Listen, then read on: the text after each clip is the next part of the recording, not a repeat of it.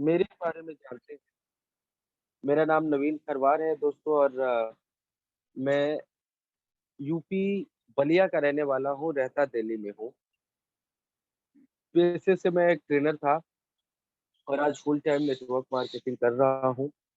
और जितनी नॉलेज है, जितना सीखा है और जो ट्रेनिंग का एक्सपीरियंस रहा है, उसके हिसाब से जो चीज़ें यूज़फुल हो सकती हैं हमारे इस इंडस्ट्री में, उस पे हम लोग बात करते हैं, उसको सीखने की कोशिश करते हैं।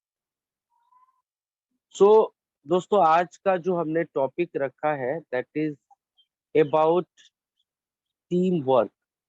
टीम वर्क कैसे करते हैं? बहुत सारे लोगों को बड़ा कंफ्यूजन रहता है, लेकिन वो सुनते जरूर हैं कि टीम वर्क करना है, टीम वर्क करना है, टीम वर्क करना है।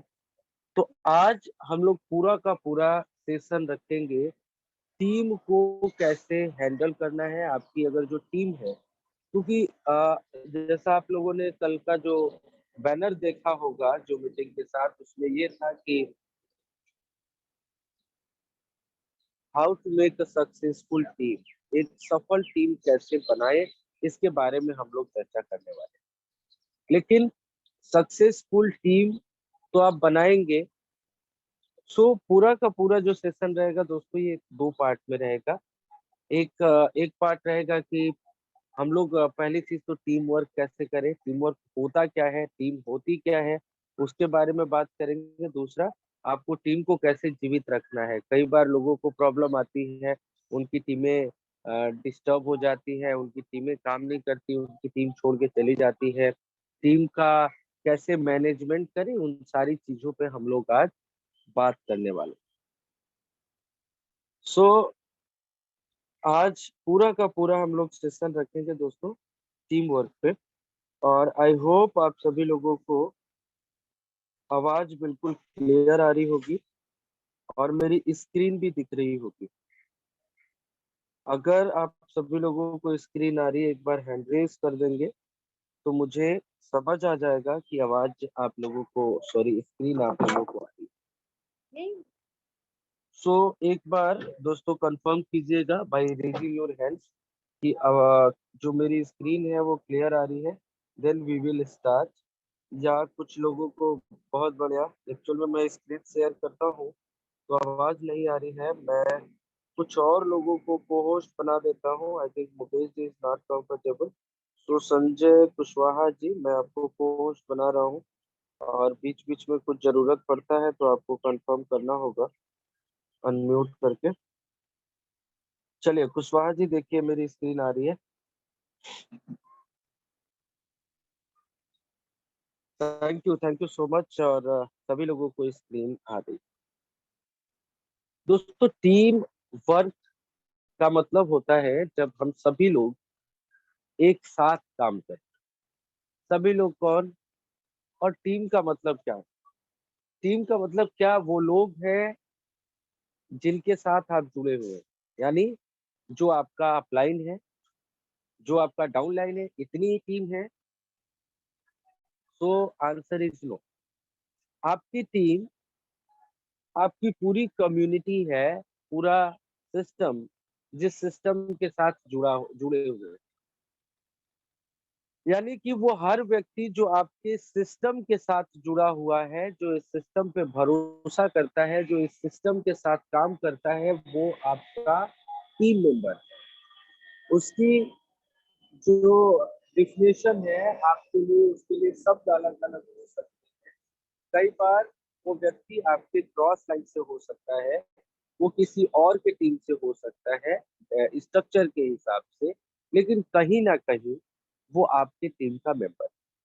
और जब कम्युनिटी का डेवलपमेंट होता है, जब कम्युनिटी काम करती है, तो आपको बेनिफिट, और इतना बेनिफिट मिलता है कि आप समझ नहीं पाएंगे। आप उसको फिलहाल तो बहुत लोगों के लिए सोचना बड़ा मुश्किल होता है कि यार मेरे क्रॉस में अगर अच्छा काम हो रहा है तो मुझे कैसे बेनिफिट मिलेगा। उस पे भी हम लोग आज बात करने वाले हैं। लेकिन टीम का मतलब मैं सिर्फ इतना कहूंगा कि टीम का मतलब वो सभी लोग जो आपके साथ, आपकी कंपनी के साथ, आपके सिस्टम के साथ जुड़े हुए हैं। तो जिस दिन आपके दिमाग से अपलाइन, डाउनलाइन, क्रॉस लाइन, फला फला फला निकल जाता है, और आप एक पूरी कम्युनिटी के लिए सोचने लगते हैं, so you are a successful leader. आप ये समझिएगा कि आप एक अच्छे लीडर। जब आप अपनी टीम, आपकी टीम, तुम्हारी टीम, मेरी टीम इससे हट के और अपने सिस्टम के लिए काम करने लगते हैं, अपने लिए काम करने लगते हैं, तो आप बहुत अच्छे लीडर बन जाते हैं। जैसे यहाँ पे देखें आप स्क्रीन पे कुछ आपको वाद्य यंत्र दिख रहे हैं, कुछ आपको म्यूजिकल इंस्ट्रूमेंट्स दिख रहे हैं, और भी बहुत सारे म्यूजिकल इंस्ट्रूमेंट्स होते हैं, और भी बहुत सारे म्यूजिकल इंस्ट्रूमेंट्स हो सकते हैं। लेकिन इन इंस्ट्रूमेंट्स को अगर हम अकेले बजाएं तो शायद उतना आनंद नहीं मिलता है जितना अगर सारे इंस्ट्रूमेंट्स को एक सिस्टम के हिसाब से, एक सिस्टमेटिक वे में एक साथ बजाया जाता है। तो उसको हम लोग बोलते हैं कितना प्यारा म्यूजिक है, वो गाना बन जाता है, वो सॉन्ग बन जाता है, वो एक रिदम बन जाता है, वो एक बहुत अच्छा माहौल क्रिएट। आप एक यंत्र को बजाने के बजाय जब पूरी टीम, एक पूरी म्यूजिकल टीम होती है और जब सब एक साथ एक लय में उसको बजाते हैं, तो it's get very sweet music. बहुत ही प्यारा, बहुत ही अच्छा लगता है, और बहुत आपको भी अच्छा लगता है। जबकि कोई एक व्यक्ति अकेला बजाता है तो शायद उतना आनंद नहीं आता जितना पूरी टीम बजाती है। दोस्तों, टीम वर्क क्यों करना है और इसेंशियल क्यों है, जरूरी क्यों है टीम वर्क करना सफलता के लिए, आज हम लोग इसी पे बात करने वाले हैं। और क्या ऐसी चीजें हैं जो आपको सक्सेसफुल टीम बनाने में मदद करती है, इन दो तीन चीजों पे आज हम लोग बात करने वाले हैं। दोस्तों, जब आप टीम वर्क की बात करते हैं तो दुनिया में जो सबसे अच्छा उदाहरण मिलता है टीम वर्क का, वो होता है गीज का। अब ये गीज क्या होता है आप सभी लोग जानते होंगे, एक तरह का पंछी है। जैसे इंडिया में बगुले होते हैं, वैसा ही एक पक्षी है जो पूरे दुनिया में बड़ा फेमस है। कभी आप इनको गूगल वगैरह करके देखिएगा, पूरे दुनिया में बहुत फेमस है अपने टीम वर्क के लिए। क्योंकि इतना अच्छा टीम वर्क करते हैं, बहुत सारी चीजें इनकी ऐसी होती है, बहुत सारी चीजें इनकी डिफरेंट होती है, जब लोग ये सोचने पे मजबूर होते हैं कि आखिर ऐसा क्यों। और जब वैज्ञानिकों ने इस पे एक लंबा रिसर्च किया तो पता चला कि नहीं, ये सारी चीजें जो है ये बड़ा सोच समझ के करते हैं, और इसका एक मतलब है, वो है टीम वर्क। तो आज हम लोग इसको मेन बिंदु में रखेंगे। गीज या गूज इसको बोलते हैं, एक पक्षी का नाम है। इसको हम लोग सेंटर में रखेंगे और इनके माध्यम से समझेंगे कि टीम वर्क कैसे होता है और उसका बेनिफिट क्या है, और ये हमारे लिए थोड़ा सा इजी हो जाएगा। कुछ फैक्ट्स के बारे में बात। अब दोस्तों, सबसे पहला फैक्ट आता है, सबसे पहला फैक्ट आप लोग ध्यान से देखिएगा। Y गीज fly in we formation. ये जो गीज होते हैं ना, ये जो गूज होते हैं, ये हमेशा जब उड़ते हैं आकाश में, तो ये हर साल एक कंट्री से दूसरे कंट्री चले जाते हैं for according to the weather, मौसम के हिसाब से। जहाँ पे इनके लिए मौसम इनके अकॉर्डिंग से अच्छा होता है, वहां जाते हैं। और ये हजारों मील का सफर करके एक जगह से दूसरे जगह जाते हैं, और फिर वेदर चेंज होने पे अपने मूल निवास पे लौट के आ जाते हैं। तो जब ये उड़ते हैं तो ये वी शेप में उड़ते हैं आकाश में। इनका जो फॉर्मेशन होता है वो वी का होता है। अगर मैं थोड़ा सा जूम कर रहा हूँ तो इस पिक्चर पे ध्यान दीजिएगा। हमारे यहाँ भी आपने देखा होगा, जब पंछी होते हैं, खासकर बगुले जिसको आप लोग बोलते हैं, या ऐसे जो पक्षी जो बड़े झुंड में चलते हैं और हजारों हजार की संख्या में जब एक साथ उड़ते हैं और एक जगह से दूसरी जगह जाना होता है, तो उनकी कुछ खास चीजें होती हैं। उनको उस मिशन को सक्सेसफुल बनाना होता है जहां वो जाना चाहते हैं। उनके पास कोई कैलेंडर नहीं है, लेकिन वो नियत समय से निकलते हैं और नियत समय से पहुंचते हैं, और फिर नियत समय से लौटते हैं और नियत समय से अपने यहाँ आ जाते हैं। और हर साल वो एक ही जगह पे जाते हैं। कोई मैप नहीं, गूगल मैप नहीं है उनके पास। तो ये वी फॉर्मेशन का क्या मतलब होता है, इसको शायद ही आप लोगों ने कभी सोचा होगा, कुछ लोगों को पता भी होगा। ये वी फॉर्मेशन क्या है, ये वी फॉर्मेशन ही क्यों यूज करते हैं पक्षी। और एक चीज और, इस फोटो में अगर आप जूम करके देखें तो जितने भी यहाँ पे पक्षी आपको दिख रहे हैं इस फॉर्मेशन में, सबकी हाइट सेम नहीं है, सब पैरेलल नहीं है। पहला पंछी थोड़ा ऊपर, दूसरा थोड़ा नीचे, तीसरा फिर थोड़ा ऊपर, चौथा फिर थोड़ा नीचे, पांचवा फिर थोड़ा ऊपर, छठा फिर थोड़ा नीचे। इस तरीके से ऊपर नीचे करके वी शेप बनाते हैं। अच्छा, अगर आप इसको देख रहे हैं कि ये वी शेप में है, तो सेकेंड थिंग आप अगर देखें, एरोप्लेन जो होता है वो किस शेप का होता है, तो अगेन यू विल गेट कि वो भी वी शेप का होता है। आगे से पतला, बीच में उसके जो पंख होते हैं वो चौड़े होते हैं, और फिर पीछे उसको पतला कर दिया जाता है, यानी वो भी वी शेप का। तो ये एक बड़ा सोची समझी स्ट्रेटजी होती है वी शेप में उड़ना। क्योंकि जब भी आप हवा में उड़ते हैं, जब भी आप आसमान की ऊंचाइयों तक जाने की कोशिश करते हैं, तो जिस दिशा में आप जाते हैं उसके विपरीत दिशा में आपको हवा का प्रेशर मिलता है। आप बाइक चलाते हो ना, आपको लगता है कि हवा बहुत तेज आ रही है, तो आप शायद बाइक से गिर जाओगे, इतना तेज कई बार एयर आता है। या कई बार आप कोई बड़ा कोई ऐसी चीज रख ले जिसमें, जैसे पटरा वगैरह या पट्टा वगैरह कुछ हो गया जिससे एयर पास नहीं होता, तो उसको अगर आप पीछे रख दे तो पूरे एयर को वो रोक लेता है और आपको पीछे की तरफ धक्का देता है बाइक पे। ये क्या है, जब आप आगे बढ़ते हो, जब आगे जाने लगते हो, जब आपकी स्पीड बहुत होती है, तो एयर का प्रेशर बहुत ज्यादा लगता है, न्यूटन थर्ड लॉ। जितना आप जोर लगाते हैं आगे बढ़ने के लिए, प्रकृति एयर के माध्यम से उतनी ही ताकत लगाती है आपको रोक। और इसीलिए ये जो गूज होते हैं, जो गीज आप जिनको बोल रहे हैं, ये अपने आप को वी फॉर्मेशन में डाल लेते हैं। अब जैसे ही इन्होंने अपने आप को वी फॉर्मेशन में डाल लिया और सब ऊपर नीचे ऊपर नीचे ऊपर नीचे हो गए, तो इनके बीच बीच में गैप हो जाता है, जिससे एयर का जो प्रेशर होता है वो निकल जाता है। यानी एक तरह से खिड़की बन जाती है। जैसे मान लीजिए आप कोई चीज लेके खड़े हैं और बहुत तेज का हवा बन रहा है, बहुत तेज का हवा आ रहा है, और एक फट्टा आपने ले रखा है लकड़ी का और लेके खड़े हैं, तो फट्टा आपको ऐसा लगेगा कि वो आपके नीचे, आपके ऊपर गिर जाएगा। लेकिन उस फट्टे के बीच में कुछ होल्स कर दिए जाए जगह जगह पे, तो वो एयर पास होगा और आपका प्रेशर कम हो जाएगा, क्योंकि एयर दूसरी तरफ निकल। ऐसे ही ये जो पक्षी होते हैं दोस्तों, ये अपनी सिचुएशंस को, अपने पोजीशन को इस तरीके से होल्ड करते हैं, इस तरीके से रखते हैं कि सारी की सारी जो एयर का प्रतिरोध है वो कम हो जाता है। अब कोई अकेला व्यक्ति अगर उड़े तो क्या होगा दोस्तों, इतनी लंबी जो जर्नी है शायद वो बड़ी मुश्किल होगी, क्योंकि हवा का दबाव बहुत ज्यादा होगा, वो थक जाएगा, वो आगे नहीं बढ़ पाएगा। तो क्या इससे हम लोग क्या सीख रहे हैं, पहली चीज, डायरेक्शन बहुत अच्छा होना चाहिए, डायरेक्शन देने वाला बहुत अच्छा होना चाहिए।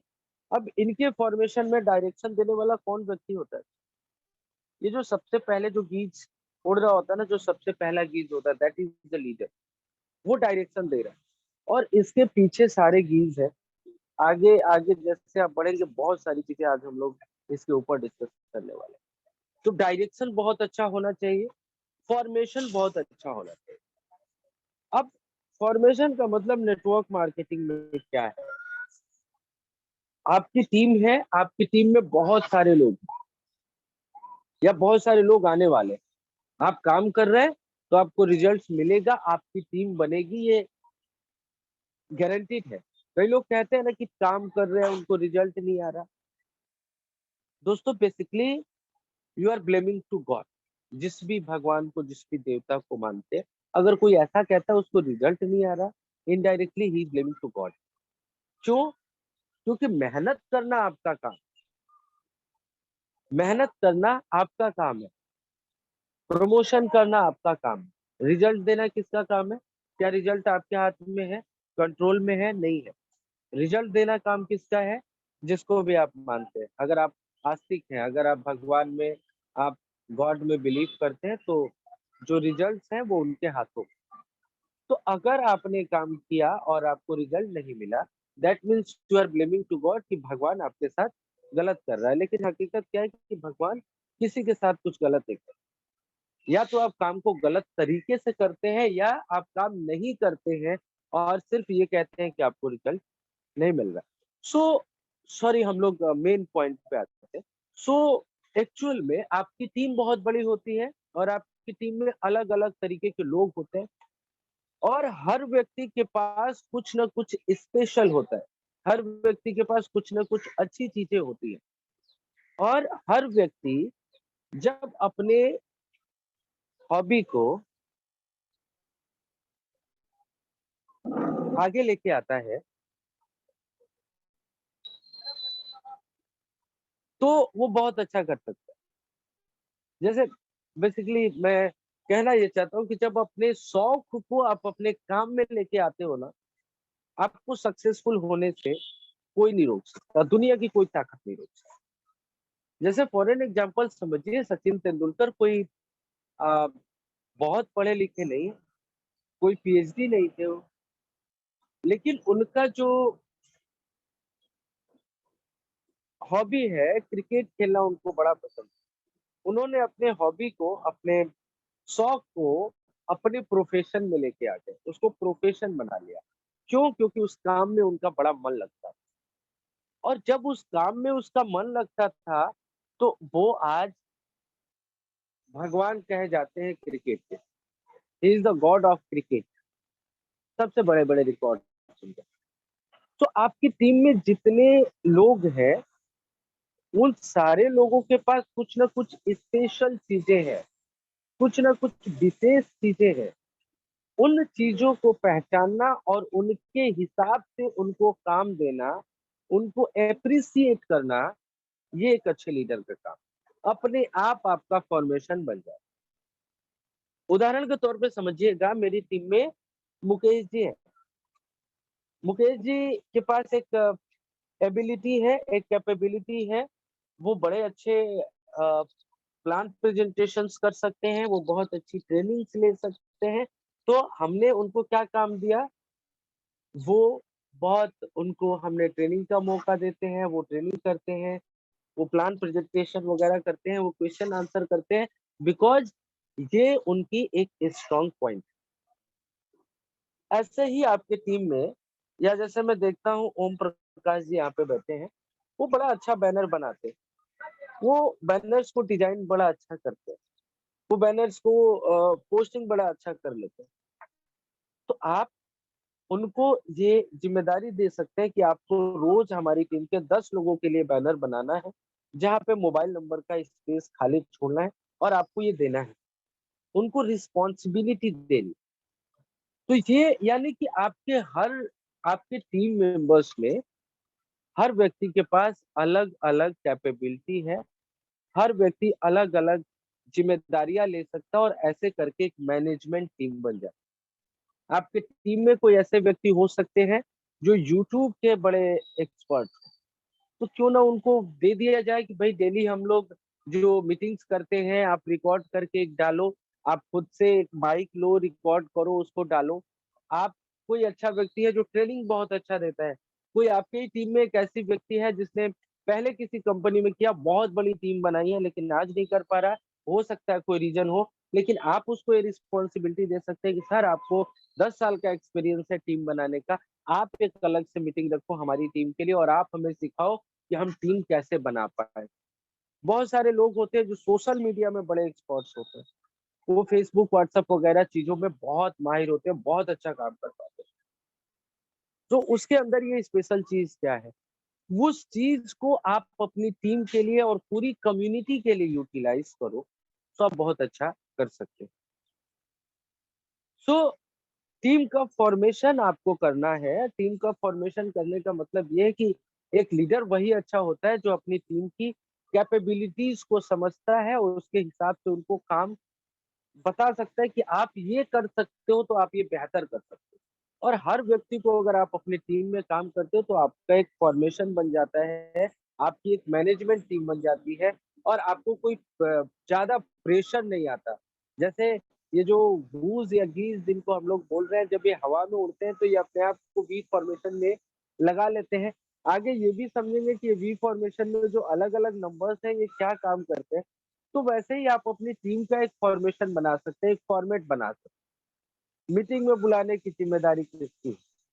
मीटिंग में आना है, लोगों को लेके आना है, हर व्यक्ति को अपने लीडर्स को लेके आना है, लेकिन कौन व्यक्ति है जो ज्यादा अच्छे तरीके से इनवाइट कर सकता है? सोशल मीडिया के लिए पोस्ट आपकी टीम को बना के कौन देगा? क्योंकि हर व्यक्ति तो नहीं है जो अपना एडिट करके फोटो बना सकता है, लेकिन आप अगर बना सकते हो तो why you are making this ads only for you? आप सिर्फ अपने लिए क्यों बना रहे हैं? आप अगर एक फोटो एडिट कर रहे हैं और उसमें अपना मोबाइल नंबर डाल के एडिट कर रहे हैं, तो एक मोबाइल नंबर वाला स्पेस खाली छोड़ के आप ग्रुप में क्यों नहीं डालते कि आपके जो बाकी लोग हैं वो भी उसको यूज करें? तो आपको अपनी टीम के लोगों को इस तरीके से गाइड करना है कि उनके पास जो बेहतर चीजें हैं, वो जिन मामलों के एक्सपर्ट हैं, उन वो सारी चीजें वो अपने टीम के दूसरे मेंबर्स को भी सिखाएं। और ऐसे अगर आपकी टीम में 10 लोग हैं, तो आप सोचिए कि आपने 10 विभाग बांट दिए और 10 विभागों में एक-एक विभागाध्यक्ष नियुक्त कर दिया। एक व्यक्ति नियुक्त कर दिया जो उस डिपार्टमेंट का हेड होगा, तो एक फॉर्मेशन बन जाएगा। आपको एक formation banana. This is the first rule of team work. ये टीम वर्क का आपका पहला रूल है कि आप फॉर्मेशन करें और not work only for you और योर टीम। आप सिर्फ खुद के लिए या खुद की डाउनलाइन के लिए काम नहीं करें, तभी आप आकाश को छू सकते। आपको काम किसके लिए करना है? आपको काम करना है पूरी कम्युनिटी के लिए। इसके फायदे आपको एक शॉर्ट टर्म में तो नहीं, लेकिन लॉन्ग टर्म में इसके बहुत सारे फायदे होंगे। इतने फायदे होंगे जो आप सोच नहीं सकते हैं जब आप कम्युनिटी की हेल्प करने लगते हैं।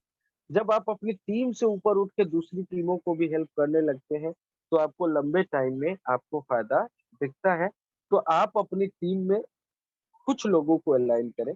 जैसे मान लीजिए आपकी 100 लोगों की टीम है और आप उन 100 लोगों से बात नहीं कर पाते, लेकिन कहीं न कहीं जो कम्युनिकेशन गैप होता है, ये भी आपकी टीम को डिमोटिवेट करता है। आप 100 लोगों को डेली कॉल तो नहीं कर सकते, लेकिन आप ये भी सोचें कि अगर सिर्फ़ आप ये सोचते हैं कि मैंने ब्रॉड में डाल दिया मैसेज, सब लोग मीटिंग में आ जाएँगे, या उनको ग्रुप में ऐड कर दिया, सारी इन्फॉर्मेशन उनको मिल जाएगी, तो दिस इज़ रॉन्ग ऑल्सो। आपको एटलीस्ट हर दिन हर मेंबर से बात करना है, कॉल करना है, मीटिंग के लिए बुलाना है। लेकिन आपके लिए तो ये पॉसिबल नहीं है अकेले। लेकिन आपके नीचे अगर 100 लोग हैं, तो 100 क्या आपके डायरेक्ट हैं? नहीं है। आपके 10 लोग डायरेक्ट हैं, उन 10 के नीचे भी 10-10 डायरेक्ट है। तो आप अकेले काम नहीं कर सकते। लेकिन अगर उन 10 लोगों को भी बोल दें कि हाँ, आपके नीचे 10 लोग हैं और इन 10 लोगों को कॉल करके बुलाने की ज़िम्मेदारी आपकी है और आपके जो डायरेक्ट हैं, उन 10 लोगों को बुलाने की ज़िम्मेदारी आपकी है। It will take only 10 to 15 minute और वो 100 के 100 लोगों के पास कॉल चली जाती है। सो इस तरीके से आपको टीम का फॉर्मेशन करना है। अब दूसरा क्वेश्चन क्या आता है दोस्तों, कि आप कहेंगे कि चलो ठीक है 10 डायरेक्ट तो मेरे हैं, लेकिन उसमें से 4 तो नहीं कर रहे काम, 4 तो छोड़ के चले गए। अब क्या करें? तो यहाँ पे समझिए कि जो दूसरा हमने फैक्ट रखा है गीज का, इसमें लिखा है what happens when a geese falls out of formation. क्या होता है जब ये पंछियों का झुंड होता है जो बीज सेप बना के और हजारों मील का सफर तय कर रहे होते हैं, उसमें से अगर कोई पंछी, कोई गीज फॉर्मेशन से बाहर हो जाता है, उनके झुंड से निकल जाता है, तब क्या होता है? क्या होता है? हजारों की पंछी और उसमें से 2 लोग निकल गए, 2 लोग पीछे हो गए, 2 लोग छूट गए। तो इनकी स्ट्रेटेजी ऐसे होती है कि कभी आप देखेंगे कोई अकेला पंछी उस पूरे फॉर्मेशन से बाहर नहीं होता। बिकॉज़ जब ये उड़ते हैं तो इनको पहले से ट्रेनिंग रहती है, ये पूरे साल इनको ये पता होता है करना क्या है। जब भी कोई गीज़ उस पूरे फॉर्मेशन से बाहर निकल जाता है, तो क्या होता है दोस्तों, 2 गीज़ उसके साथ और रहते हैं, 2 एक्सपर्ट गीज़ जो पहले यात्रा कर चुके हैं और इनका कम्युनिकेशन बेस बड़ा स्ट्रॉन्ग होता है। यानी एक भी गीज़ अगर इनके बीच से निकल जाता है तो फॉर्मेशन की वजह से, जो उन्होंने फॉर्मेशन बनाया है, उसके वजह से इनको पता लग जाता है कि ये स्पेस खाली है, यानी ये गया। और इसके लिए हर कुछ लोगों के बाद कुछ एक्सपर्ट गीज़ होते हैं, जो पहले ये जर्नी कर चुके होते हैं, जिनको रास्ता पता होता है, रास्ते में आने वाली डिफिकल्टीज़ को पता होता है, यानी वो लीडर होते हैं। और वो क्या करते हैं कि जैसे ही कोई व्यक्ति इस फॉर्मेशन से निकल जाता है, तो 2 लीडर्स और इसके साथ निकल जाते हैं। वो क्यों निकल जाते हैं? क्योंकि उनको पता है कि उनकी टीम का हर एक व्यक्ति, उनके टीम के साथ जुड़ा हुआ हर एक लीडर उनके लिए इम्पोर्टेंट। और वो 2 लोग इसलिए नहीं निकल जाते हैं कि वो भी फॉर्मेशन को छोड़ना चाहते हैं, वो भी उस जो स्ट्रक्चर है उसको उसमें वो नहीं रहना चाहते। बेसिकली वो क्या करते हैं, वो उसकी देखभाल करने के लिए निकल जाते हैं और उसके साथ वो हमेशा तब तक रहते हैं जब तक उस व्यक्ति को सही दिशा पे लेके नहीं आ जाते, दोबारा से उसको फॉर्मेशन में लेके नहीं आते। या बेसिकली वो इसलिए उसके साथ रहते हैं ताकि वो ये पता कर सके कि उसके साथ प्रॉब्लम क्या है। कहीं उसको चोट तो नहीं लगी, कहीं उसको कोई प्रॉब्लम तो नहीं है। तो उन लोगों को ट्रेनिंग क्या दिया जाता है, उनकी ट्रेनिंग ये होती है कि उनको ये समझाया जाता है कि आप अगर कोई बिछड़ जाता है आपके फॉर्मेशन से, तो 2 व्यक्ति या 2 गीज़ उनके साथ जाएँगे और वो तब तक उनके साथ रहेंगे जब तक वो दोबारा फ्लाई करके हमारे साथ नहीं आ जाता या वो मर नहीं जाता पूरी तरीके से। 2 ही रीज़न्स हो सकते हैं गीज़ में, 2 प्रॉब्लम्स हो सकती हैं। वो चोटिल है, उसको कोई प्रॉब्लम है, तो अगर कोई प्रॉब्लम है तो वो बाहर हो जाता है। वो चाह के भी उस स्पीड में नहीं उड़ पाता है जिस स्पीड में पूरी टीम उड़ रही होती है, तो उसका प्लेस चेंज कर दिया जाता है, उसको पीछे कर दिया जाता है ताकि उसके उसके ऊपर एयर का प्रेशर सबसे कम आए और उसको साथ में लेके चलने की बात होती है। लेकिन जब तब भी वो किसी भी वजह से फॉर्मेशन से निकल जाता है, तो 2 गीज उसके साथ रहते हैं, उसकी देखभाल करते हैं, उसके दाएँ-बाएँ उड़ते हैं ताकि उसको एयर का प्रेशर कम पड़े, उसको अगर गिरे तो उसको थोड़ा बहुत आराम दिया जा सके, उसको थोड़ा सपोर्ट दिया जा सके और उसको सही दिशा में दोबारा से फ्लाई करवा के लेके आया जा सके। लेकिन फिर भी अगर वो फ्लाई करके नहीं आ रहा है, तो आखिर में तब तक वेट किया जाता है, जब तक वो चीज़ पूरी तरीके से नाउम्मीद हो जाता है। अब ऐसा लगता है कि नहीं, ये नहीं कर ऐसे ही कई बार आपकी टीम में भी होता हो, आपके साथ भी होता हो। आपकी एक बहुत बड़ी टीम है, उसका एक मेंबर आपके ग्रुप से निकल जाता है। ग्रुप से निकलने का मतलब क्या है कि आज हज़ारों कंपनियाँ आती हैं, वो चला जाता है, वो कुछ और स्टार्ट कर लेता है, कुछ और करने लगता है, कहीं गलत रास्ते पे भटक जाता है, तो एक अच्छे लीडर का कर्तव्य है कि आप उसको समझाने की कोशिश करें, उसको आप बताएँ, आप उसको समझाएँ और हालाँकि सिर्फ़ अपनी टीम का नहीं, अगर कोई दूसरे टीम का भी व्यक्ति है जो लग रहा है कि आज आपके सिस्टम में था और कल कुछ और करने की कोशिश कर रहा है, तो उसको ये समझाएँ कि वो गलत कर रहा है और क्या अच्छी चीज़ें हैं, क्या डिफरेंसेस हैं, क्यों उसको ये करना चाहिए, क्यों उसको इस सिस्टम में रहना चाहिए, इसको समझाएँ और तब तक आप समझाने की कोशिश करें, जब तक आपको ये लगता है कि शायद इसको समझाया जा सकता है। लेकिन अगर ऐसा लगता है कि नहीं वो समझाया नहीं जा सकता है, वो नहीं समझ सकते, तो क्या करना है फिर उनको छोड़ देना है और वो जो स्पेस आपका खाली हुआ है, उसकी जगह पे एक दूसरे व्यक्ति को लाके बिठा दें, अगर वो आपके मैनेजमेंट टीम का व्यक्ति। तो ये छोटी-छोटी चीज़ें हैं, लेकिन जब फॉर्मेशन से कोई निकलता है दोस्तों। देखना, एक बड़ी प्यारी चीज मुझे याद आ गई। बहुत सारे लोग, आप सोचिए, नेटवर्क मार्केटिंग में आज 1 साल पहले का डेटा मैंने देखा था तो करीब करीब इंडिया में 22.5 करोड़, एक्चुअल में 23 crore man, 23 crore people are working in network marketing.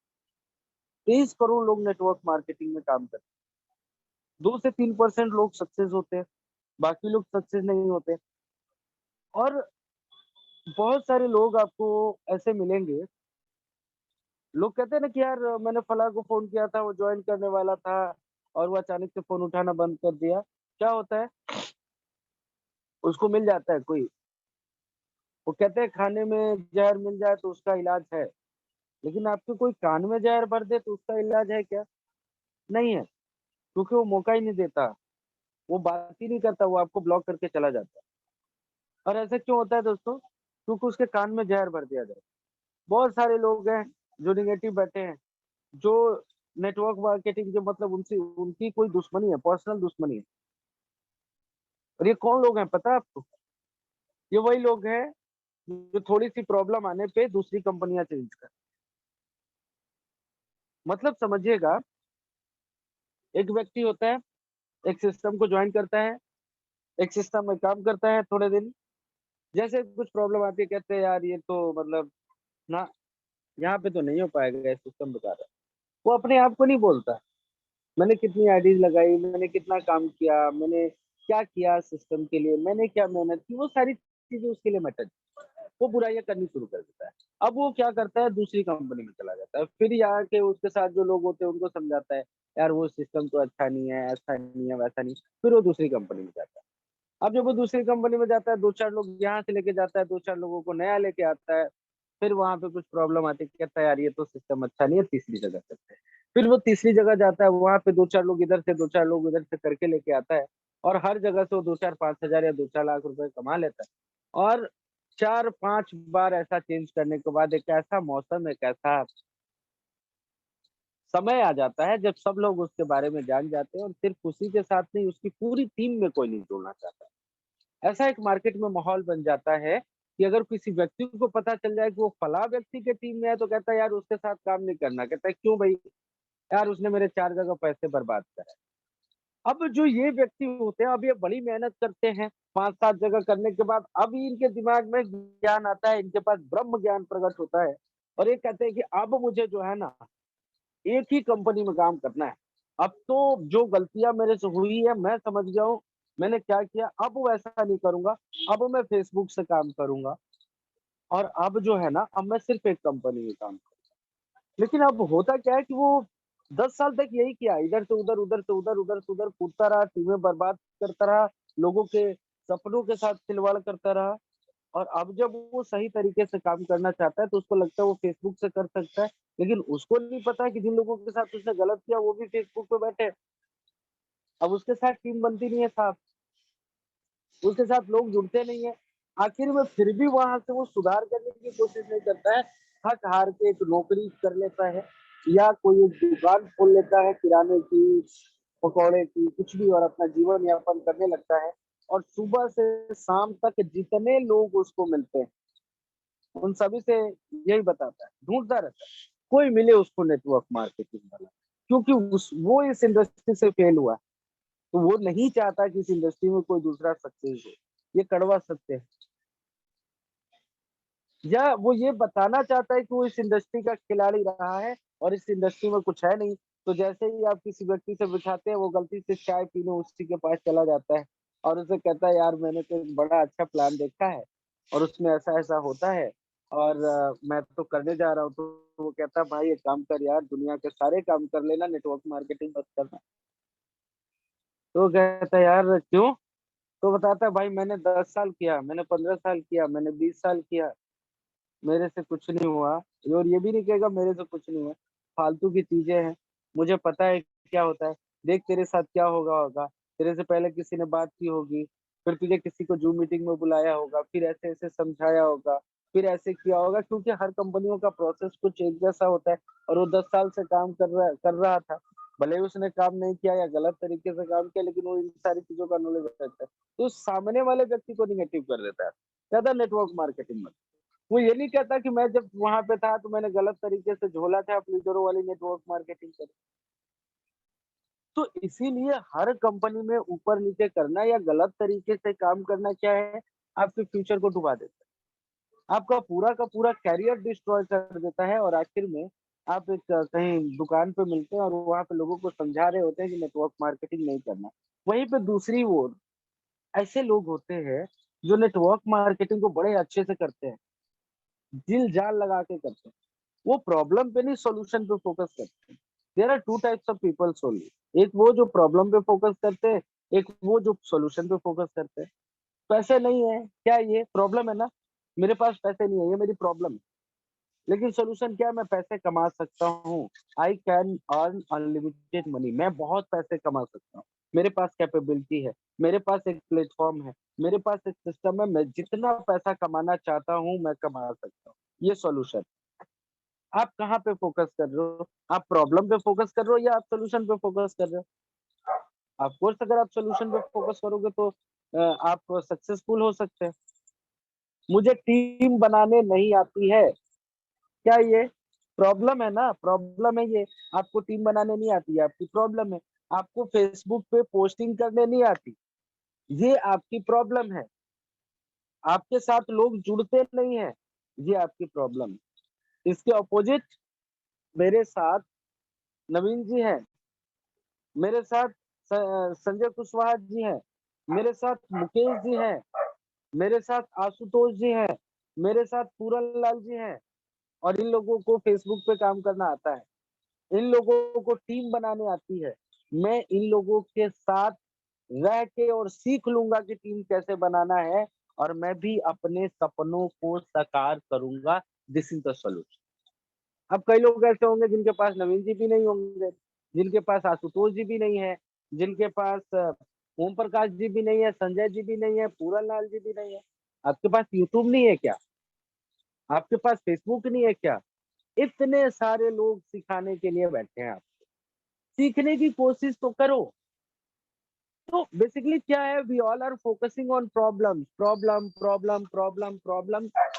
यार व्हाट इज दिस? आपके पास अनलिमिटेड सॉल्यूशंस है, जस्ट फोकस ऑन सॉल्यूशन। आपको सीखना नहीं आता, लेकिन भगवान ने आपको इस काबिल बनाया है कि आप सीख सकते हो। आप पोस्टिंग करना सीख सकते हो, आप लोगों को जोड़ना सीख सकते हो, आप टीम लीडर बन सकते हो, आप लोगों को सिखा सकते हो, आप खुद को आगे बढ़ा सकते हो। और जो आदमी सीखता नहीं हो कभी जीतता नहीं है मेरे। तो सीखना है, जीतना है, प्रॉब्लम पे फोकस नहीं करना है, फोकस कहाँ करना है? सॉल्यूशन पे। और आपकी टीम वो करती है, जब जो आप करते हो, आपकी टीम कभी वो नहीं करती है जो आप कहते हो। तो आप एक चीज का ध्यान में रखिएगा, कभी अपने टीम मेंबर्स के साथ, खास तौर पे डाउन लाइन और क्रॉस लाइन के साथ, किसी भी तरीके का कोई निगेटिव बात नहीं कर सकते। This is the rule of network marketing. आपको अगर कुछ निगेटिव दिख रहा है, कुछ समझ में आ रहा है, रीच टू योर अपलाइन। अगर आपका अपलाइन एक्टिव है, अगर आपका अपलाइन वर्किंग है, अगर आपका अपलाइन समझदार है, अगर आपका अपलाइन काबिल नहीं है, गो टू आपके अपलाइन का अपलाइन, उसके अपलाइन से कॉन्टेक्ट, उसके अपलाइन के अपलाइन से कॉन्टेक्ट, लेकिन सोल्यूशन आपको मिले। अगर आप समझिए कि आप लोगों को बुला रहे हैं मीटिंग में, कोई नहीं आ रहा मीटिंग में, बहुत सारे लोगों का क्वेश्चन है, क्या आपने किसी से बात करने की कोशिश की कि सर मैं लोगों को बुला रहा हूँ, लोग मेरे साथ नहीं आ रहे हैं, मैं क्या कर सकता हूँ और बेहतर? क्या आपने कभी यूट्यूब पे भी देखने की कोशिश की कि इनवाइट करने का सही तरीका क्या है? क्या आपने कोई दूसरे ही कंपनी का सही कोई ऐसा नेटवर्कर, कोई ऐसा लीडर जो अच्छा काम करता हो, उससे आपने जानने की कोशिश की कि वो लोगों को इनवाइट कैसे करता है? सो मैं सिर्फ ये कहना चाहता हूँ कि मेरे भाई, अगर आप सीखने की कोशिश करोगे तो दुनिया का हर काम पॉसिबल है। सुबह उठते हैं, अपने आप को कोसते हैं कि शायद ज्वाइनिंग नहीं आ रहा है, ज्वाइनिंग नहीं आ रहा है, ज्वाइनिंग नहीं आ रहा है, और फिर हम सो जाते हैं, फिर शाम को उठते हैं, फिर कहते हैं ज्वाइनिंग नहीं आया। क्यों ज्वाइनिंग आना चाहिए था भाई? आना क्यों चाहिए था? आपने क्या काम किया था? किस चीज का आपको पैसा मिलना चाहिए था? तो इन सारी चीजों पे हम लोग ध्यान देंगे। और तीसरा जो चौथा फैक्ट है, आपने देखा होगा, why do the goose हॉन्क when flying in formation. Formation की बात करी हमने, फॉर्मेशन में उड़ते हैं, लेकिन एक चीज और इनमें बड़ा कॉमन है गीज में, वो फॉर्मेशन में उड़ते तो हैं, लेकिन जब उड़ते हैं ना तो वो बोलते रहते हैं। वो उनकी लैंग्वेज आपको समझ में नहीं आती होगी, लेकिन वो शोर मचाते रहते हैं, और शोर मचाते मचाते एक साथ सारे बोलते हैं, एक साथ सारे बोलते हैं भाई, और वो उड़ते रहते हैं।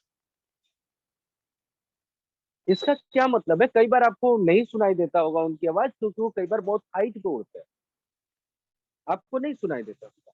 लेकिन जब आप उनको पास से सुनेंगे, या जब उनकी डिस्टेंस नीचे होती है, तो पूरे मोहल्ले में आवाज आती है, पूरे शहर में आवाज आती है कि यहाँ से एक पंछियों का झुंड निकल रहा है और वो बहुत शोर शराबा करते हुए जा रहे हैं। तो वो क्यों चिल्लाते हैं? वो कम्युनिकेशन है। जैसा अभी इससे पहले वाले स्लाइड में हम क्या बात कर रहे थे, कि कोई निकल गया बीच से, तो दो और जाते हैं उसको प्रोटेक्ट करने के लिए, उसको बचाने के लिए। लेकिन पता कैसे चलता है? इनके कम्युनिकेशन स्किल्स के वजह। ये आपस में कम्युनिकेट करते रहते हैं, ये आपस में आवाज करते हैं। तो बेसिकली जब ये कम्युनिकेट करते रहते हैं, तो इनको पता चलता है कि यार, क्योंकि पीछे तो आंखें है नहीं, आगे वाले को उसको पीछे वाले की आवाज सुनाई देती है, और एक फ्रीक्वेंसी सेट हो जाती है उनके पास, एक मोटिवेशन बना रहता है। और वो उनको पता रहता है कि सारे साथी हमारे साथ हैं, और सारे पूरी आवाज में फोकस नहीं करते, हर व्यक्ति अपने से पीछे वाले के वॉइस पे डिपेंड करता है। वो इसलिए चिल्लाते रहते, वो हॉन्क करते रहते हैं, इसको बल्कि हॉन्किंग बोलते हैं, जब पंछियों की आवाज आती है, हॉन्क करना बोलते हैं। तो ऐसे ही in network marketing communications are very essential. आप टीम जोड़ रहे हैं, आपकी टीम बढ़ रही है, आपका कम्युनिकेशन नहीं हो रहा है। क्या आप ये सोचते हैं कि आपने व्हाट्सएप पे मीटिंग का लिंक भेज दिया, सबको चला गया, ब्रॉड बना रखा है? Is it communication? Of course it is a form of communication. एक तरह का कम्युनिकेशन का फॉर्म है, हो सकता है ये एक तरह का कम्युनिकेशन है आपका मैसेज पहुंचाने के लिए। लेकिन क्या ये एनफ है, पर्याप्त है? नहीं है, नहीं है भाई। अगर आपकी 100 लोगों से कम की टीम है, तो आप समझो, आप अपनी पोस्टिंग थोड़ी कम कर लो, जो आप पोस्टिंग करते हो, जो आप काम करते हो, लेकिन उन 100 के 100 लोगों को डेली कॉल तो जरूर करो, उनसे हालचाल लो, वो कैसा काम कर रहे हैं, उनको और क्या करना है, कैसे वो अपनी टीम को ग्रो कर सकते हैं। बीच बीच में अपनी एक पर्सनल मीटिंग रखो, जहाँ पे बैठ के 1 to 1 लोगों से बात करो, क्योंकि 40 मिनट का जूम तो सबके लिए अलाउ है ना।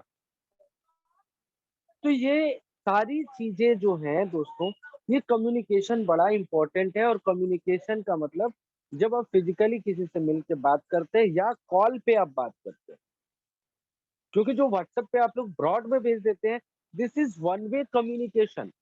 ये एक रिमाइंडर का काम कर सकता है, लेकिन ये कम्युनिकेशन का काम नहीं करता। आपने किसी से मीटिंग में आने के लिए बात किया, सुबह 12 बजे दोपहर में, और रात को 9 बजे मीटिंग में आना है, तो 12 बजे वाला कम्युनिकेशन था, लेकिन जब आपने 8:30 बजे दोबारा वो मैसेज किया, तो वो रिमाइंडर है। लेकिन अगर कम्युनिकेशन नहीं हुआ, तो रिमाइंडर किस बात का? तो अपनी टीम से जब अगर आप बात करेंगे, अपनी एक्टिव टीम से बात करेंगे, तो आपको रिजल्ट मिलेगा। अब मैंने एक्टिव शब्द का यूज क्यों किया? क्योंकि आपकी टीम में दो तरह के लोग हो सकते हैं, एक्टिव और इनएक्टिव। लेकिन इनएक्टिव वाला इनएक्टिव हुआ क्यों? तो यू विल गेट, जब आप रिसर्च करेंगे, कि due to lack of communication या लैक ऑफ गाइडेंस, या तो उसको सही तरीके से गाइड नहीं किया गया, या सही तरीके से उसको कम्युनिकेट नहीं किया गया, सही तरीके से उसको बताया नहीं गया, और वो इनएक्टिव हो गया। वो आज नहीं है आपके साथ, या है लेकिन वो काम नहीं कर रहा। तो आपको इस चीज का भी ध्यान रखना है कि लैक ऑफ कम्युनिकेशन ना हो, लैक ऑफ गाइडेंस ना हो। शुरू में ही जब आपको डेली बात करते रहेंगे, तो आपको ये पता चलेगा कि आपकी टीम को क्या प्रॉब्लम आ रही है। एक्चुअल में एक लीडर का काम होता है सॉल्यूशन प्रोवाइड करना, हेल्प करना, सपोर्ट करना। लेकिन अगर आपके पास प्रॉब्लम ही नहीं पता है अपनी टीम का, तो आप सॉल्यूशन क्या दोगे मेरे भाई? अगर आपको ये नहीं पता है कि आपकी टीम के अंदर क्या दिक्कतें आ रही हैं, आपकी टीम के लोगों की प्रॉब्लम्स क्या हैं, तो आप उनको सॉल्यूशन क्या दोगे। तो कम्युनिकेशन इज ओनली वे जहाँ से आप ये समझ सकते हैं कि आपकी टीम में क्या प्रॉब्लम्स है और फिर उनको सुलझा सकते हैं। तो आज से ये काम स्टार्ट कर दीजिएगा कि दिन में एक बार जरूर अपने सारे लोगों को कॉल कीजिए।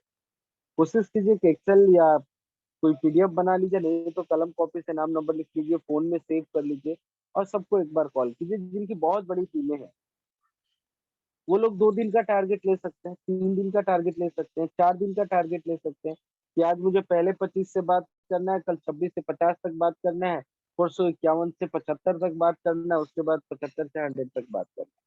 लेकिन आपकी जितनी बड़ी टीम है उतना ज्यादा टाइम आपको अपनी टीम पे देना है, बजाय इसके कि डायरेक्ट डायरेक्ट डायरेक्ट डायरेक्ट से भी बेहतर है। क्योंकि अगर आपकी 100 लोगों की टीम है और अगर आपने 100 लोगों से बात किया और 40 लोगों ने भी काम किया तो you will get 40 entries, 40 new entries. और धीरे धीरे आप यही सोचोगे कि कितने लोगों से आप बात करोगे, तो आप देखो कि आप जो करते हो ना वही आपकी टीम करती है। तो जब आप बात करना शुरू करते हो तो आपके टीम के लोग भी बात करना शुरू कर देते हैं अपने अपने डाउन लाइन से, वो भी सीखने लगते हैं क्या बात करना है। तो आपका जो काम है वो आसान हो जाता है और आपकी जो टीम है वो भी आपका यही काम दोहराने लगती है, तो आपका जो कॉलिंग का सिलसिला है वो कम हो जाता है, आपकी टीम अब काम करने लगती है। सो कम्युनिकेशन का ध्यान रखें, अपनी टीम के साथ कम्युनिकेट जरूर करें, टीम वर्क जरूर करना है आपको, ये बहुत ही इम्पोर्टेंट। और एक चीज और मैं देख रहा था, एक और सॉरी हम लोग मिस कर रहे थे, जो 5वीं फैक्ट की बात कर रहे थे, what happens when a goose get sick और wounded।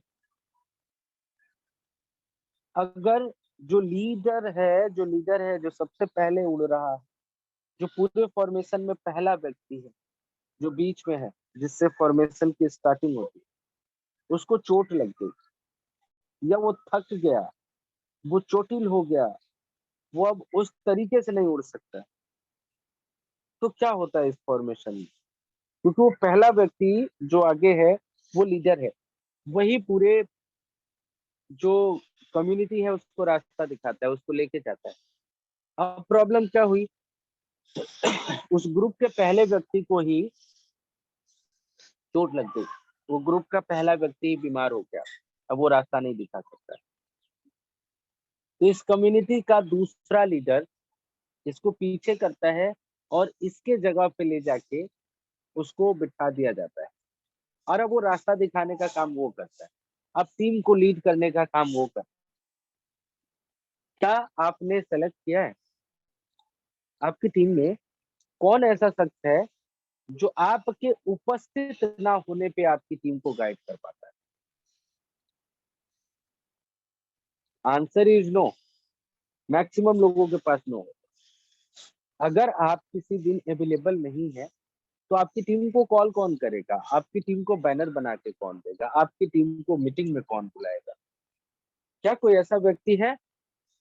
अगर नहीं है तो सेलेक्ट कर लेना और उसको चीजें सिखाना शुरू करना, उसको लीडर बनाना शुरू करना, और वो व्यक्ति ही आपको मदद करेगा। यानी आपकी टीम में सिर्फ आप एक लीडर है नहीं चलेगा, आपको लीडर्स बनाना। और जब लीडर्स बनाने के लिए क्या खुद लीडर बनना है ना भाई, खुद नॉलेज ग्रहण करनी है, खुद सीखना है, उसके बाद आप लोगों को लीडर बना सकते हैं। तो जैसे उदाहरण के तौर पे देखिए, आज जिस दिन मैं मीटिंग में नहीं आ पाता हूँ, एक्चुअल मैंने रिस्पॉन्सिबिलिटी लिया है कि मुझे 9 बजे की मीटिंग करनी है, मुझे 7 बजे का वर्कशॉप करना है, ये क्या है मेरी रिस्पॉन्सिबिलिटीज है और जो मैंने खुद से चूज किया, मैंने खुद ली है पूरी कम्युनिटी के लिए। तो कल मैं नहीं था, कल मैं अवेलेबल नहीं था, तो कल रिस्पॉन्सिबिलिटी किसने निभाई? मुकेश जी ने। तो मेरे पास एक दूसरे लीडर है, मुकेश जी, जो मेरे अनुपस्थिति में वो पूरा का पूरा मीटिंग संभाल सकते हैं। एक दिन और मैं नहीं था, लेकिन हमारे 2 पार्ट होते हैं, होस्टिंग भी होता है, प्लान प्रेजेंटेशन भी होता है। तो होस्टिंग कौन करेगा? आशीष वर्मा जी थे, आशीष वर्मा जी ने होस्टिंग किया, मुकेश जी ने प्लान प्रेजेंटेशन किया। तो आपको आपकी टीम के अंदर ही लीडर्स क्रिएट करने हैं। बेसिकली हम लोग उल्टा काम करते हैं भाई, सभी लोग उल्टा काम करते हैं। वो फेसबुक पे जाके लीडर ढूंढते हैं, लीडर उनको चाहिए जो 10 लाख रुपया महीने का कमा रहा हो, जिसकी 2-4-10 हजार की टीम हो, उसको उठा के ले आऊं अपने सिस्टम में। तो उसको सब कुछ आता होगा, वो सिर्फ मेरे साथ जुड़ जाएगा, मेरा काम बन जाएगा। This is not right way. मैं ये नहीं कह रहा लीडरों को मत लेके आओ, मैं ये कह रहा हूँ कि आपके साथ जो लोग जुड़े हुए हैं ना, उनको लीडर बनाओ। वो आपकी सुनेगा, वो आपकी रिस्पेक्ट करेगा, वो आपके साथ काम करेगा, वो आपकी टीम को आगे लेके जाएगा, वो आपको इनकम कराएगा। लेकिन अगर कोई अच्छा लीडर आपके डाउन में आएगा, वो आपकी सुनेगा नहीं, और आज नहीं तो कल आपको वो ओवर क्रॉस कर देगा। तो हमेशा अपने टीम को, अपने डाउन लाइन को लीडर बनाओ, और इसका सबसे बड़ा बेनिफिट होगा, किसी भी दिन अगर आप अवेलेबल है, आप उपलब्ध नहीं है, किसी काम में आप बिजी हैं, तो वो व्यक्ति आपके पूरी टीम को संभालने का मद्दा रखता है।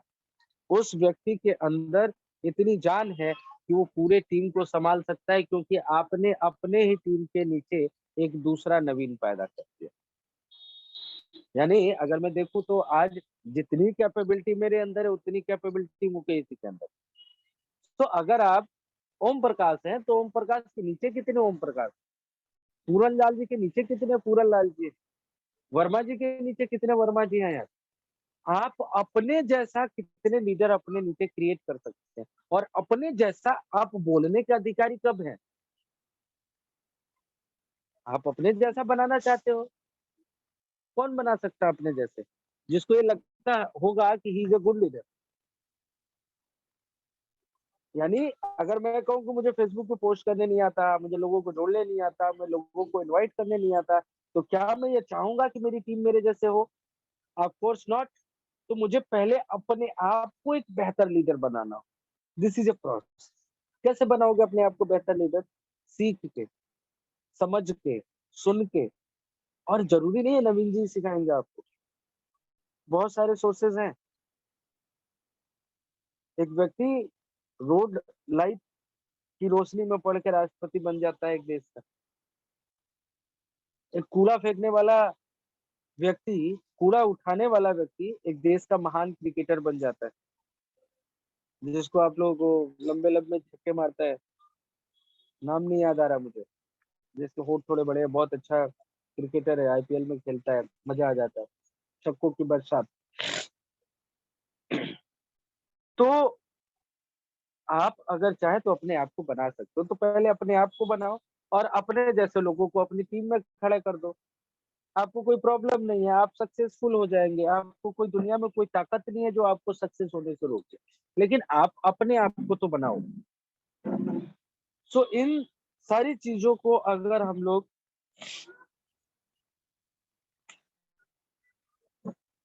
अगर अपनाते हैं, इन सारी चीजों पे ध्यान देते हैं दोस्तों, तो हम बहुत जल्दी बहुत अच्छी सफलता को प्राप्त करें। यहाँ पे मैंने स्क्रीन पे दिया है कुछ 5 पॉइंट्स, जो आज हमने यहाँ पे सीखने की कोशिश की, और इन 5 चीजों को आप लोग स्क्रीनशॉट भी ले सकते हैं, देख सकते हैं। यानी पहली चीज तो ये कि यार, individuals who share a common direction and achieve their goals quicker and easier। Her individual एक कॉमन डायरेक्शन में चले, यानी एक ही रास्ते पे अगर सब लोग चलते हैं, एक फॉर्मेशन में चलते हैं, सब लोगों के पास एक अलग अलग रिस्पॉन्सिबिलिटीज हैं, और सब लोग अपनी रिस्पॉन्सिबिलिटीज को संभालते हुए काम करते हैं, कॉमन डायरेक्शन में काम कर सकते हैं, तो ये आपकी सफलता को क्विकर बना देता है, जल्दी करा देता है, जल्दी आपको सफल बना देगा, आपको इजी कर देगा आपकी सफलता। आप दूसरों की हेल्प को एक्सेप्ट करें, दूसरों को हेल्प करें, और आपकी टीम में यह माहौल क्रिएट करें कि सब लोग एक दूसरे की हेल्प करें। तो इससे आपका काम बहुत ज्यादा फायदेमंद हो जाता है, बहुत ज्यादा तेजी से बढ़ता है। अच्छा, तीसरे पॉइंट में जो हमने बात किया कि हर आदमी के पास अलग अलग स्किल्स, अलग अलग कैपेबिलिटी, अलग अलग टैलेंट और अलग अलग रिसोर्सेज होते हैं। लेकिन जब उन रिसोर्सेज का जब उन कैपेबिलिटीज का, जब उन टैलेंट का, जब उन स्किल्स का बेनिफिट पूरी कम्युनिटी को मिलने लगता है, तो आप बहुत तेजी से ग्रो करते हैं। जैसे मैंने शुरू में बोला ना कि यार एक व्यक्ति बहुत अच्छा बैनर बनाता है, तो अपने लिए ही क्यों बनाता है? अपने लिए बनाओ, एक बिना मोबाइल नंबर के दूसरों को भी दे दो, पूरी कम्युनिटी को दे दो कि लो भैया इसमें अपना मोबाइल नंबर डालो और पोस्टिंग करो। अब ये सोचो कि यार मैं तो फला की टीम में हूँ, लेकिन दूसरे की टीम वाले उसको पोस्टिंग करेंगे तो उससे मुझे क्या बेनिफिट मिलेगा? तो हो सकता है उसकी टीम में कोई ऐसा व्यक्ति हो जो आपको आके सुबह ट्रेनिंग देता हो, आपको कुछ सिखाता हो। आपको हो सकता है, जैसे मान लीजिए एग्जांपल के तौर पे एक कोई व्यक्ति है जो हिंदी जानता है, इंग्लिश जानता है, साउथ इंडियन, जो इंग्लिश भी नहीं जानता, हिंदी भी नहीं जानता, उसको आता है तमिल। आप क्या करते हो? मुकेश जी की टीम में एक दूसरी मैडम है जो हिंदी भी जानती है और तमिल भी जानती है। मुझे पता है कि इनको तमिल आता है, इनको प्लान प्रेजेंटेशन आता है, तो क्या मैं उनसे हेल्प नहीं ले सकता? वो तो क्रॉस टीम में है। लेकिन वो हेल्प अगर आपको कर देंगी तो आपकी डील क्लोज हो जाएगी, आपको बेनिफिट होगा, आपकी टीम ग्रो होगी। तो इसको कहते हैं हम लोग एक दूसरे की हेल्प करना। तो हम जो काम करें वो कम्युनिटी के लिए करें, क्योंकि आज हो सकता है आप कुछ ऐसा काम कर रहे हो जहाँ पे आपको लग रहा हो कि यार मैं अपनी टीम के लिए करूंगा तो मुझे बेनिफिट होगा, लेकिन दूसरे के लिए टीम के लिए करूंगा तो क्या बेनिफिट होगा? तो आपको लगेगा कि नहीं होगा। लेकिन जब ये लॉन्ग टर्म में देखेंगे तो दूसरे की टीम के लोग भी आपका रिस्पेक्ट करते हैं, आपकी इज्जत करते हैं, आपका सम्मान करते हैं, और उनकी टीम से भी आपको बेनिफिट मिलता है। इनकरेजमेंट, अपनी टीम को अप्रिशिएट करें उनके स्किल्स के लिए, उनके फीडबैक्स लें। और सबसे इम्पोर्टेंट जो पॉइंट है, standing by each other in difficult time as well as when we are strong. उस स्थिति में जब परिस्थितियां अनुकूल ना हो, जब आपकी टीम में इनकम ना आ रहा, जब आपकी टीम डिमोटिवेट हो रही है, जब आपको लग रहा हो कि अब काम नहीं हो रहा, उस समय में टीम के साथ खड़े होके उसको मोटिवेट करना ये बड़ा जरूरी है। क्योंकि उस समय वो व्यक्ति, आप उन लोगों के साथ थे या वो लोग उनके साथ थे जब आपको इनकम बहुत आए। और यहीं पे एक लीडर की पहचान होती है। कुछ लोग होते हैं दोस्तों, जहाँ पे आप लोगों ने सुना होगा, कई लोगों के साथ हो भी रहा होगा, उनकी टीम के ही लोग और उनके डाउन लाइन के, उनके अपलाइन के लोग आके उनको समझा रहे होंगे ऐसा नहीं हो रहा, वैसा नहीं हो रहा, तुम ये कर लो, तुम वो कर लो, तुम इधर चले जाओ, तुम उधर चले जाओ। सारे झोला छाप लीडर यही करते हैं। जैसे ही प्रॉब्लम आता है वो अपनी टीम का साथ छोड़ देते हैं, उनको बहाना चाहिए छोड़ने का। और जो अच्छे लीडर होते हैं उनको बहाना चाहिए जोड़ने का। वो हमेशा कहता है कोई बात नहीं भाई, कल हम लोगों यहीं से ही बड़ा अच्छा काम कर रहे थे, यहीं से हमको रिस्पॉन्स आ रहा था, यहीं से हमारी टीम ग्रो हो रही थी, यहीं से हम इनकम कर रहे थे। आज प्रॉब्लम है, हम दोबारा से बाउंस बैक करें, हम दोबारा से अपनी टीमों को लेके चलेंगे, हम खड़े होंगे, हम उठेंगे, हम दौड़ेंगे और हम अपनी मंजिल को छुएंगे। This is the spirit of a good leader. ये आपके अंदर एटीट्यूड होना चाहिए। और जब आप ऐसी बात करते हो ना, आपकी टीम के अंदर मोटिवेशन आता है, आपकी टीम जागृत होती है, आपकी टीम बहुत अच्छा काम करती है। सो दोस्तों, बातें बहुत है लेकिन समय आज बहुत ज्यादा हो गया है। आप लोग स्पेस का स्क्रीनशॉट जरूर लीजिएगा। Practising team work, team work का प्रैक्टिस कैसे करना है। सो टीम वर्क जो है बहुत जरूरी होता है दोस्तों सफलता के लिए। टीम वर्क एक कंटिन्यूअस, अगर आप इम्प्रूवमेंट करते हैं तो एक तरह की जर्नी है जो आप जल्दी अचीव कर सकते हैं। और हर एक मेंबर आपकी टीम का इसमें महत्वपूर्ण भूमिका निभाता है, इसीलिए किसी को इग्नोर नहीं करना। और आप अपने टारगेट्स वगैरह को कहीं पेपर पे लिख के रखें और उसको रोज देखें कि आपके टारगेट क्या हैं, व्हाइट बोर्ड वगैरह बना सकते हैं। तो इन सारी चीजों पे आप लोग फोकस करेंगे और उस पर मैं बहुत ज्यादा लंबा बात आज नहीं करूंगा, क्योंकि अभी इसका सेकंड सेशन भी होना है, तो हो सकता है कल उसको हम लोग ऐड करेंगे। यहाँ पे जो है टीम वर्क का फुल फॉर्म हमने बनाया है। T for talent, E for enthusiasm, A for adaptable, M for mutual respect, W for working together, O for organize, R for recognition और K for knowledge। ये चीज टीम वर्क कहलाती है। Talents आप सभी लोगों को पता है।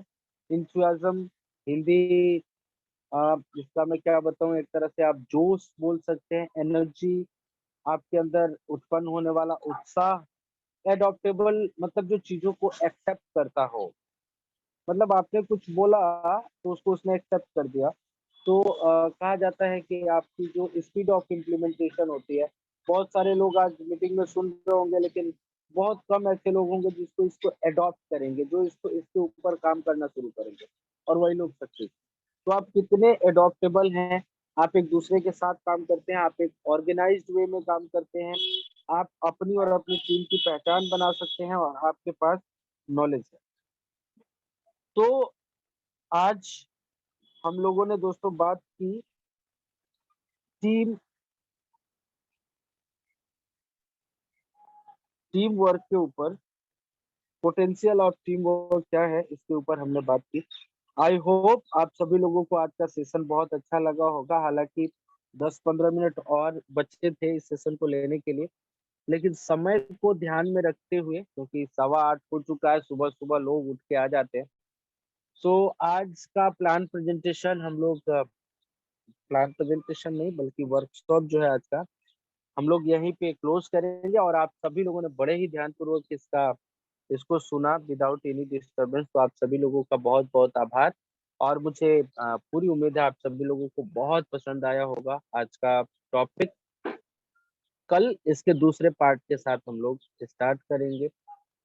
So thank you so much guys, आप लोगों ने बहुत